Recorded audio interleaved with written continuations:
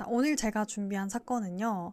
사실 제가 이거를 알아보면서도 정말 너무 안타깝고 내가 이 피해자분의 지인이거나 가족이었으면 진짜 그냥 피가 거꾸로 솟겠다 싶은 그런 너무 안타깝고 슬픈 그런 사연이에요. 한번 들어봐 주세요. 오카자키 아사히 피해자분의 이름인데요. 이름에 빛날 채, 빛날 양자가 들어간대요. 그래서 글자 그대로 해가 뜨는 것처럼 밝게 빛나는 아이라는 뜻을 가지고 있었대요. 약간 친구들 중에서도 골든 리트리버 재질의 그런 친구들 있잖아요. 뭔가 그런 친구였나 봐요. 아사히는 언니가 있었는데요. 언니랑 13살 차이가 났대요. 나이 차이가 꽤 나죠. 그래서 언니가 취재에서는 이렇게 말을 했대요. 약간 아사히는 동생이라기보다는 내 아이 같은, 내 딸 같은 그런 존재였다. 너무너무 귀여웠어요. 이렇게 얘기를 했대요. 그러니까 언니한테 사랑 되게 듬뿍 받는 그런 막내 스타일이었던 거죠. 그래서 어렸을 때부터 수족관에도 둘이 자주 놀러 갔었고, 영화관에도 함께 자주 놀러 갔었대요. 그리고 아사히는 항상 웃는 얼굴로 에너지가 넘치는 그런 친구였고, 초등학교 운동회 때는 항상 릴레이 선수로 뽑힐 정도로 발이 되게 빨랐고, 심지어 중학교에서는 육상부도 들어갈 정도로 되게 날쌘 그런 친구였대요. 그리고 또 얼마나 스윗한지 가족 중 누군가가 감기에 걸리면은 스포츠 음료 준비해서 손편지도 써줬대요. 너무 스윗해. 나 내 동생이 이러면 진짜 안 사랑할 수가 없을 것 같아요. 오빠가 힘들어 보일 때면은 맨날 그냥 먼저 다가와서 오빠 괜찮아? 내가 얘기 들어줄게 라고 얘기도 했었고, 근데 오빠가 그 약간 힙합을 하는 그런 음악 하시는 분이었거든요. 그때도 아사히가 제일 열심히 응원해주는 1호 팬이었대요.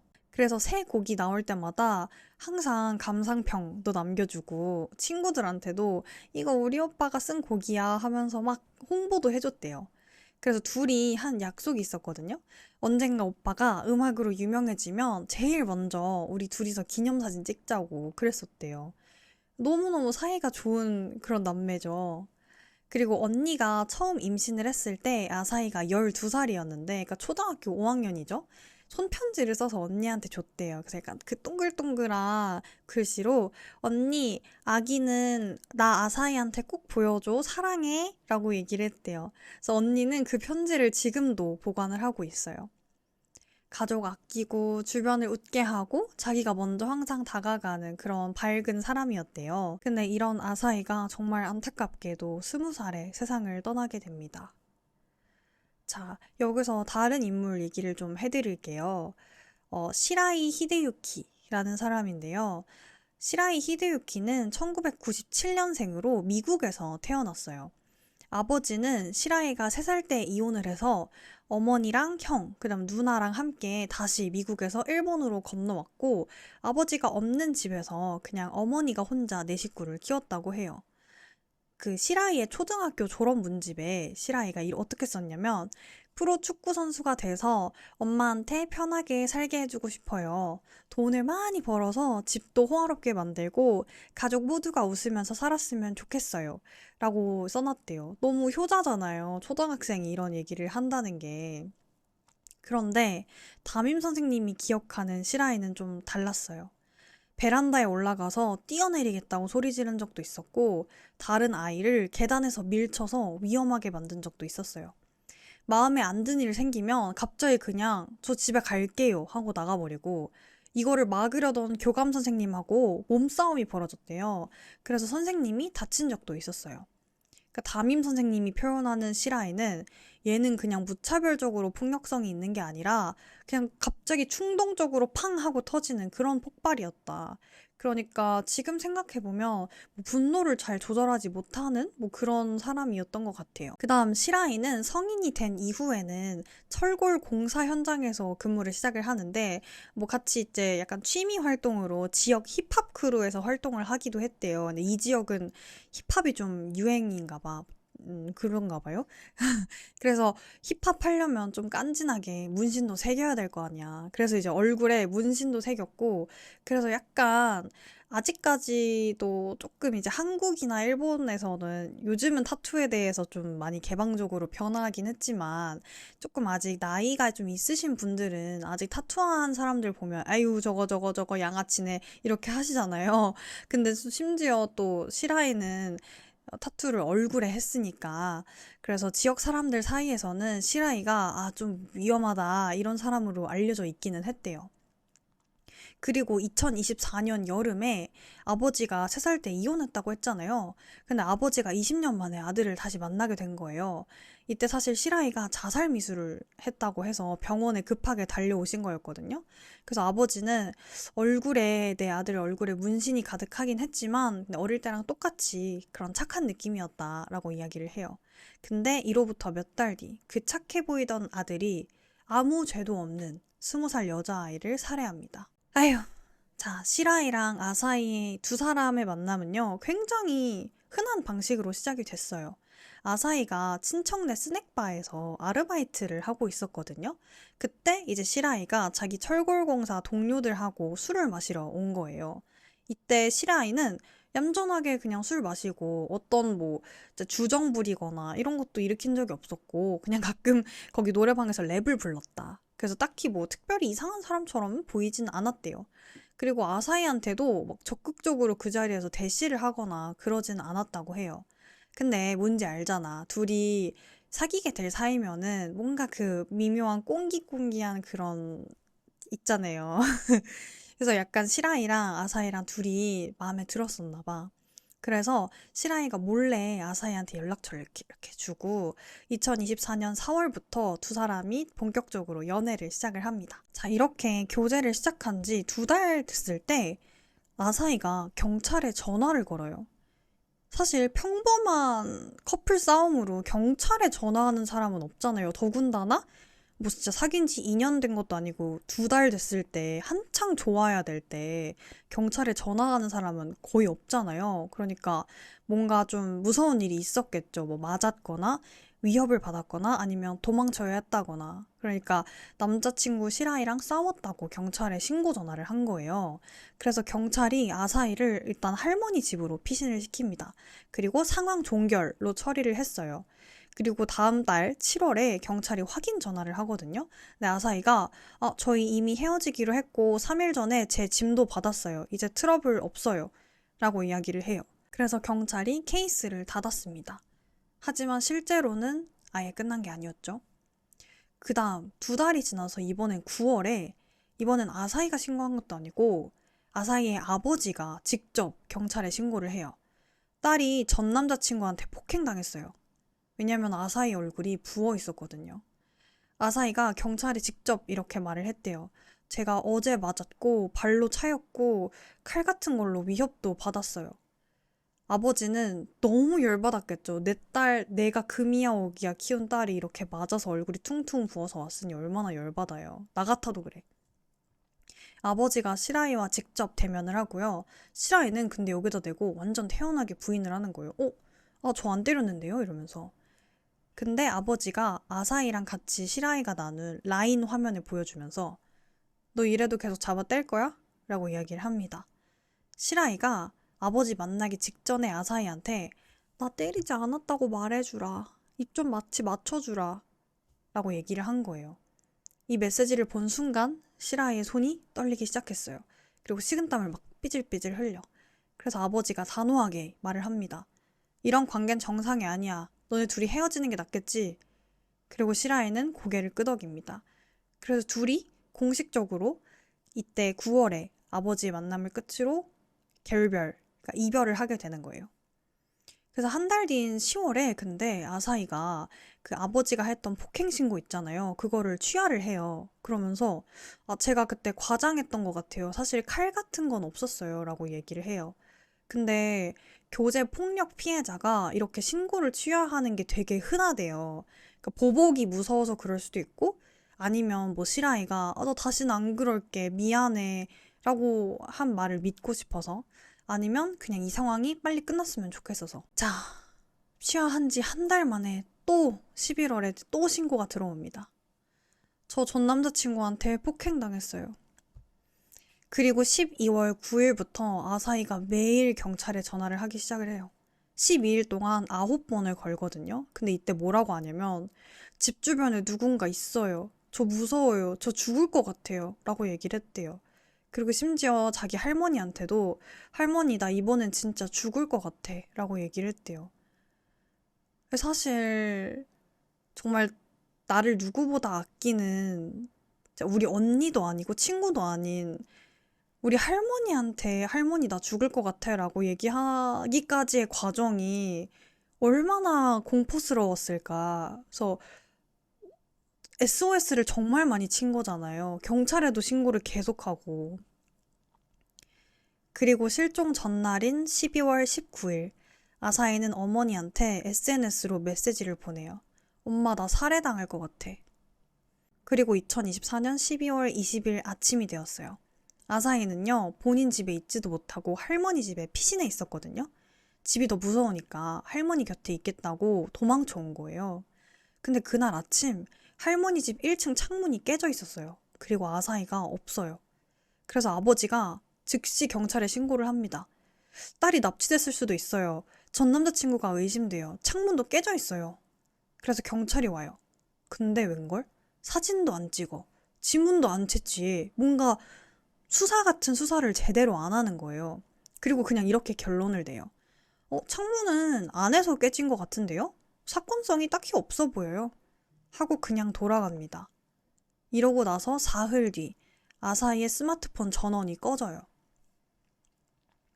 자, 12월 23일 경찰이 시라이 집을 방문을 했어요. 영장은 없었고 이미 수색을 진행을 한 거예요. 그래서 집안을 이렇게 둘러보다가 경찰이 마루 쪽으로 이렇게 걸어갔거든요. 근데 갑자기 시라이가 거기 가시면 안 돼요. 멈춰요, 멈춰. 라고 이야기를 하는 거예요. 너무 수상하잖아. 사실 경찰 입장에서도 아니 뭔가 의심을 안 하고 있다가도 그렇게 반응하면 너무 의심스럽잖아. 그냥 안녕하세요, 저 범인이에요, 데려가세요 하는 것 같잖아요. 근데 경찰이 오케이 하고 멈춰요. 그리고 그냥 돌아가요. 그 다음 12월 26일 경찰이 시라이를 다시 불러서 조사를 하거든요. 근데 시라이가 직접 이렇게 얘기를 해요. 제가 아사히 집 주변을 배회했습니다. 그리고 제가 너 용서 안 해? 라는 이런 협박성 메시지도 보냈어요. 그러니까 자기 입으로 스토킹을 했다고 인정을 한 거예요. 근데 경찰이 다음에 어떻게 했을까요? 그냥 돌려보냅니다. 뭐 더 수사도 없고 체포도 없고 진짜 접근 금지도 없고 그냥 아무것도 안 한 거야. 그러니까 경찰 내부에서 나온 설명은 시라이가 이후에 저 아사히랑 다시 연락됐어요 라고 말을 해서 둘이 화해했구나 라고 생각하고 그냥 말았대요. 아니 20살 여성이 열흘째 지금 행방불명이고 온 가족들이 다 지금 전 남자친구가 의심이 된다. 그리고 전 남자친구한테 폭행 신고를 몇 번이나 했던 여자가 지금 실종 신고가 됐는데, 그리고 전 남자친구가 제가 협박했어요, 제가 스토킹했어요 라고 자백까지 했는데 경찰 결론은 둘이 화해했구나 라고 했다는 거예요. 아휴, 자 이제 1월 중순이에요. 아버지는 경찰에 정말 매일 전화했어요. 하루도 빠짐없이 매일매일 전화한 거예요. 1월 중순에 정말 근데 놀라운 사건이 하나 일어나는데, 시라이의 친형이 있잖아요. 친형이 스스로 경찰서를 찾아온 거예요. 그러면서 제 동생이라면 납치 저질렀을 수도 있어요. 좀 제 동생 좀 수사를 해주세요. 라고 얘기를 했거든요. 경찰의 답변은 구체적인 단서가 없어서 뭐 수사에 착수할 수는 없습니다. 라고 얘기를 해요. 피해자 가족도 맨날 전화하는데, 피의자 가족도 와서 직접 내 동생이 의심스럽다, 조사 좀 해달라 라고 하는데도 단서가 없어요, 안 돼요 라고 얘기를 하는 거예요. 이 시기에 경찰들이 뭘 했냐면 뭔가 조사를 하긴 했어. 시라이를 임의 조사를 합니다. 1월 6일, 1월 16일, 3월 25일. 근데 이 임의 조사는 시라이가 거부하면 못하는 거예요. 그러니까 이게 옵셔널이야. 본인이 오실 수 있으면 오시고요. 아니면은 안 오셔도 됩니다. 라는 그런 조사예요. 그러고 나서 시라이 집에 2번 더 들어가거든요. 물론 영장 없이. 근데 물론 아무것도 발견 못해요. 그러면서 내세운 논리는 아니 둘이 헤어졌다 만났다 하는 다신 그런 관계였기 때문에 아사히가 자의로 어딘가 갔을 수도 있다고 확률이 있다라고 얘기를 합니다. 아휴 진짜 한숨만 나온다. 그 다음 3월 25일 일곱 번째 의미조사에서 시라이가 드디어 스토킹을 공식 자백을 합니다. 실종된 지 석 달 넘었을 때였어요. 그럼 거의 100일이야. 근데 기억하시죠? 시라이가 이미 12월 26일 조사에서 내가 그 집 배회했고 협박 메시지도 보냈다라고 말했잖아. 아니 그게 스토킹이잖아요. 근데 경찰이 그때 그거를 스토킹이라고 기록을 안 한 거예요. 그러니까 3월에 드디어 경찰이 얘가 스토킹을 했네? 라고 한 거예요. 근데 이 자백을 들은 뒤에도 체포는 이루어지지 않았어요. 나 이쯤 되면 진짜 궁금했어. 시라인의 집에 경찰 백이 있는 건가? 그것도 아니던데요? 왜 이래? 그 다음 4월 중순이 돼요. 시라이가 미국으로 출국해버립니다. 캘리포니아에 사는 누나 집으로 가요. 그리고 그 비행기가 이륙한 뒤에야 경찰이 처음으로 영장 청구를 준비해요. 자백한 사람이 저 멀리 먼 땅으로 그냥 도망가니까 그제서야 이제 움직이기 시작을 한 거예요. 2025년 4월 30일 밤 처음으로 영장을 들고 시라이의 집에 들어갔습니다. 마루 밑 수납공간, 그 가지 말라고 했던 거기를 열어보니까 보스턴 백이 있는 거야. 거기서는요, 유골이 나왔고요. 심하게 불에 탄 채로 발견이 됐습니다.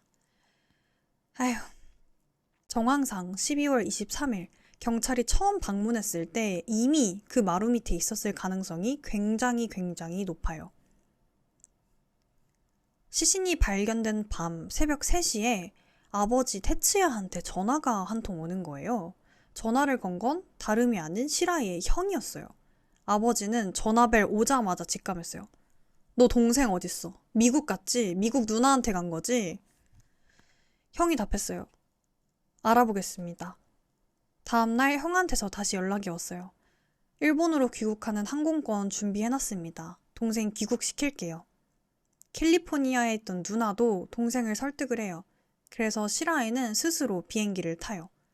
2025년 5월 3일 하네다 공항 도착 게이트에 경찰이 우르르 서 있었고요. 이렇게 시라이가 체포가 됩니다. 드디어 사건 발생 후 거의 반년이 지나서 5개월 뒤에 체포가 돼요. 이건 경찰이 잡은 게 아니라 그냥 가족들이 떠먹여준 체포인 거죠. 이 사건에 협조했던 전직 형사가 거저먹은 체포라고 본인이 말할 정도였대요.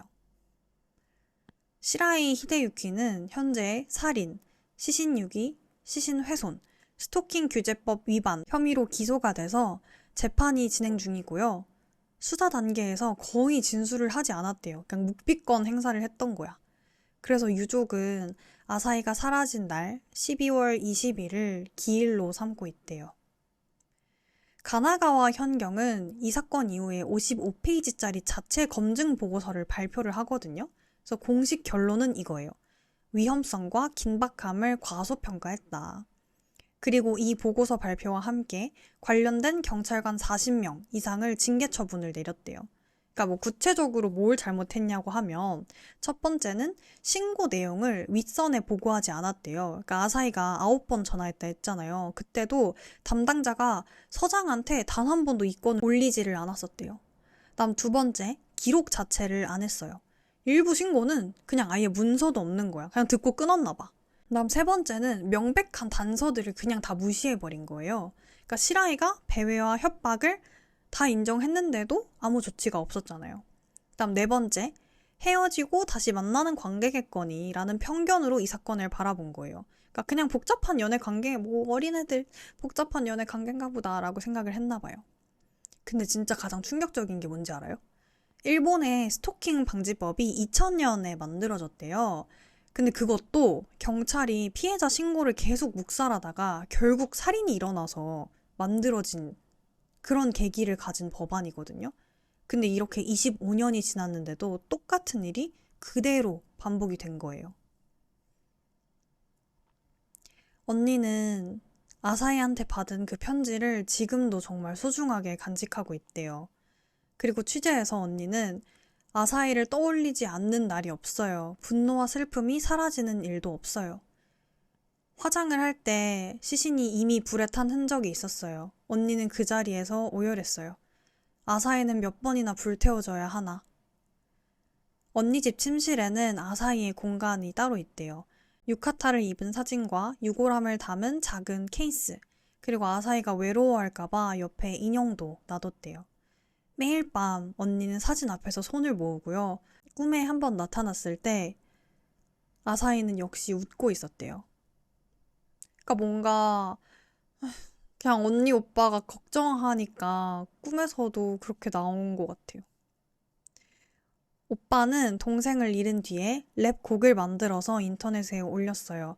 왜냐면 아사히가 살았던 흔적을 사람들한테 더 많이 알리고 싶어 했거든요. 오빠가 가사에 담은 말 중에 하나는 지켜주지 못해서 정말 미안해 라고 있었대요. 눈물 날 것 같아. 후. 그래서 에휴, 아사히의 일주기가 되던 날 할머니는 묘 앞에서 이렇게 말을 했대요. 좀 더 일찍 찾아줬어야 됐는데 미안해. 하루라도 빨리 진실을 알고 아사히한테 알려주고 싶어. 아버지 테치야는요, 1년이 지나도 분노의 마음은 변하지 않는다고 이야기를 했어요. 그리고 묘 앞에서 다들 우리 잘 지내고 있어. 가족 걱정 안 해도 돼. 라고 이야기를 했대요. 여러분들도 사랑하는 누군가가 폭력적인 모습을 보이거나 뭐 때렸다면 아니면 진짜 뭐 때리려고 한다면 다음엔 괜찮아지겠지. 이번에는 뭐 욱했나 보다. 이렇게 생각하지 마세요. 진짜 그 관계는 반드시 끊어내야 되는 관계인 거예요. 그리고 아사히가 했던 것처럼 진짜 그냥 혼자 감당하려 하지 말고 믿을 수 있는 주변 사람들한테 진짜 다 알리세요. 이런 일이 더 이상 없어야 하는 게 맞지만, 그리고 혹시라도 경찰에 신고했는데 변하는 게 없다고 하면 그 전화를 받은 경찰이 누구였는지, 날짜, 시간, 뭐 대화 내용까지 녹음을 하거나 뭐 기록을 해두는 게 정말 중요한 것 같아요. 사실 진짜 이 부분이 너무 화나거든요. 왜 피해자가 더 조심하고, 왜 피해자가 더 고생해야 되고, 더 무서워해야 되는지, 그리고 왜 더 많은 걸 스스로 계속 증명해내야 되는지, 이 상황이 저도 진짜 너무 답답하고 안타깝고 너무 화가 치밀어 오르는데, 근데 아직까지 현실이 그렇다면, 우리 모두 서로의 안전을 위해서 최대한 대비를 해야 되는 것 같아요.